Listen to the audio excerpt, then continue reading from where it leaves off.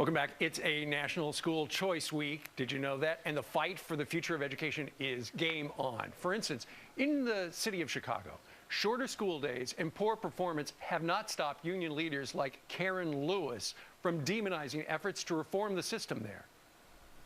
These real thieves and robber barons continue to grow. Let's look at the top 10 richest people in America. 9 out of 10 of them have their fingers in the educational reform pie. Brothers and sisters, let's go find these people and show them a real Chicago wealth.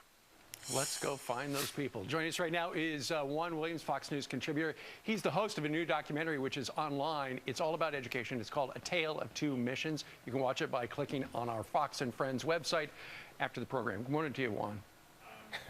Good morning, Steve. We're going to get to some important stuff, but first, to put it in perspective, we've got some graphics to show just exactly what is going on there in Chicago. The average average household income in Chicago, look at that, $50,000. The average teacher makes $74,000. The average administrator makes $120,000 a year. And here's the kicker: the graduation rate in Chicago, about half. They spend all that money, and yet, Juan, it's not working. You know, Steve, I don't have any objection to paying good teachers and good administrators top dollars. We want those people teaching our children. The problem comes when you get locked into all this bureaucratic union structure that's not about educating children. That's why the film is called Two Missions. You know, parents and kids have a very clear, strict mission: education first. But the unions seem to have a message and a mission that's all about, well, let's protect teachers who've been here the longest. Let's get those those salaries up. Let's put in more bureaucrats and more administration. And I think it's very clear these are two separate missions, and never the twain shall meet. It's not helping our children, especially not helping kids in big city, urban school districts with mostly minority populations. Those kids are absolutely coming out on the wrong end of the stick in this two missions divide. Right. Juan, I know you've got a real problem with how the unions operate regarding the schools. You've got a real problem with tenure. But there is an alternative. And there in Chicago, there's a school called the Noble Street Charter College Prep School that actually, we just saw only 56% graduate from the public schools. 99% of the kids who go to that school graduate. And it's tough to get to these schools. Listen to this kid, what he goes through to get to school, to get a good education. I had to take the 87 bus all the way to the Red Line, take the Red Line all the way to Chicago State. Then I get on the 60 to Chicago and take it all the way to Chicago and Noble. Wow, so you really, this is an effort for you to get here. It's a haul. Yes, it's a blessing. It's a blessing. It's not a haul, it's a blessing.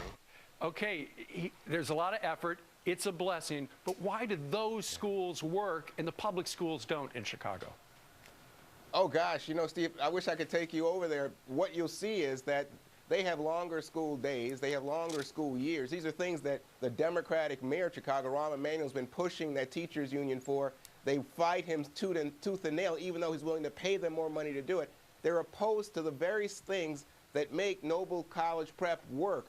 And you see there, they don't have all these regulations. If you get a bad teacher when it's not working, well, it's just like a person who doesn't work at any other company. Sure. They find a way to let them go. So what we're seeing here is that people across partisan lines, everyone's saying education has got to be key if we care about kids. And that's why my feeling is, if you care about education in this country, well, give parents the power, Steve, because parents care about their kids, and if parents can make a choice as to whether or not the school is really meeting their kids' needs, really educating their kids, then parents will be able to find the best school for their children. So I say charter schools, vouchers, tax credits, anything that increases the power of the parent to make a choice for their child would help us to break through what now is the status quo, and the status quo for most children, unacceptable. Well, the kids are our future. We're only as good as our kids in school. We got to do something.